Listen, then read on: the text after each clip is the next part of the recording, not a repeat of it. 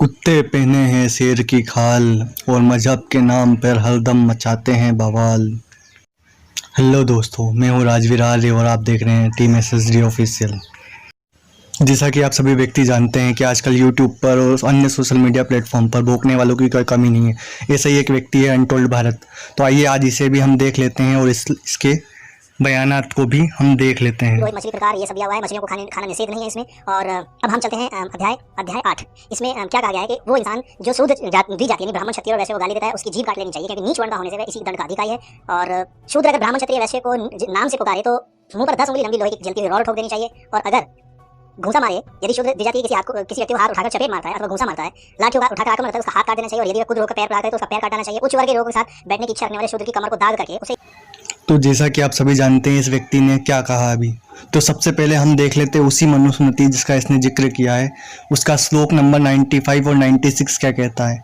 इसमें स्पष्ट रूप से ये कहा गया है कि वेद अनुकूल ना होने पर, मतलब वेद विरुद्ध होने पर सभी स्मृतियां निषेध हैं और लोगों ने स्वार्थपूर्वक अपने व्यक्तिगत हितों को साधने के लिए उन्हें बनाया है।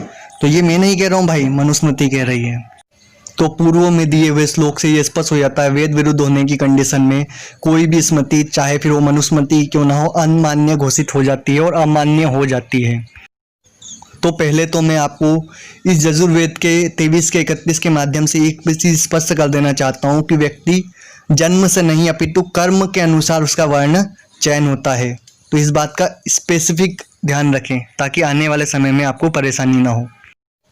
और यजुर्वेद के ही 18वें अध्याय के 48वें मंत्र से इस चीज़ को भी स्पष्ट कर देता हूँ मैं कि जो सभी वर्णों को समान नहीं और एक दूसरे को नीचा दिखाने का प्रयास करता है या एक दूसरे के ऊपर अत्याचार करता है, वो ईश्वर की नज़रों में तिरस्कृत एवं नीच हैं। तो आप स्वयं ही समझदार है, इसके आगे तो मुझे बोलने की आवश्यकता नहीं है। धर्म है क्या इसके लोग आर्य समाज के लोग मनुस्मृति को नहीं मानते हैं, या तो आप नहीं मानते, ये मान लीजिए। अगर ये बोलते नहीं ऐसा नहीं हो सकता तो फिर ये बंदा झूठ बोल रहा है जो अभी कह रहा था ना कि जीव हत्या तो है ही नहीं। चलो जरा जीव हत्या और मनुष्य हत्या के बारे में, मनुष्यों पर अत्याचार के बारे में बता देते हैं। तो आइए दोस्तों चलते हैं इसका। आप देखिए अध्याय 3 है और श्लोक नंबर है 271, यानी 269, 270, 271। इसमें क्या लिखा है, मनुष्य के पितृ, यानी ये पूरा श्लोक है। उसमें मछली का मांस, मृग का मांस, इससे संतुष्टि प्राप्त रहते हैं। अब हम बात करते हैं अध्याय 4। अध्याय 4 में श्लोक नंबर है 27 और इसमें क्या लिखा है, दीर्घायु की कामना करने वाले अग्निहोत्र ब्राह्मण को नवीन धान्य तथा पशु के यज्ञ किए बिना अन्य तथा मांस, यानी अन्न तथा मांस का भक्षण नहीं करना चाहिए। अब आते हैं अध्याय 5 और अध्याय 5 में श्लोक नंबर है 7, जिसमें कहा गया कि तिल चावल मिलाकर पकाया दूध, तिल चावल की खीर, गाढ़ा के दूध तथा रबड़ी और मतलब आगे दे रखा है पूरा। इसके अतिरिक्त मांस, हवन के प्रोडाश भी बिना बलि दिए नहीं खाने चाहिए। आगे चलते हैं, आगे भी इसी में अध्याय 5 में अगला श्लोक भी इसमें इसी के बारे में दिया हुआ है कि किस तरह आप मांस खा सकते हो।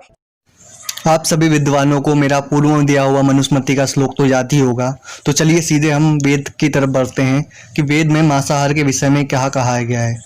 तो इस मंत्र के माध्यम से आपको स्पष्टीकरण हो जाता है कि ईश्वर ने मांस खाने से दूर रहने को ही कहा है और उन लोगों से भी दूर रहने को कहा है जो मांस आदि का भक्षण करते हैं, मतलब खाते पीते हैं।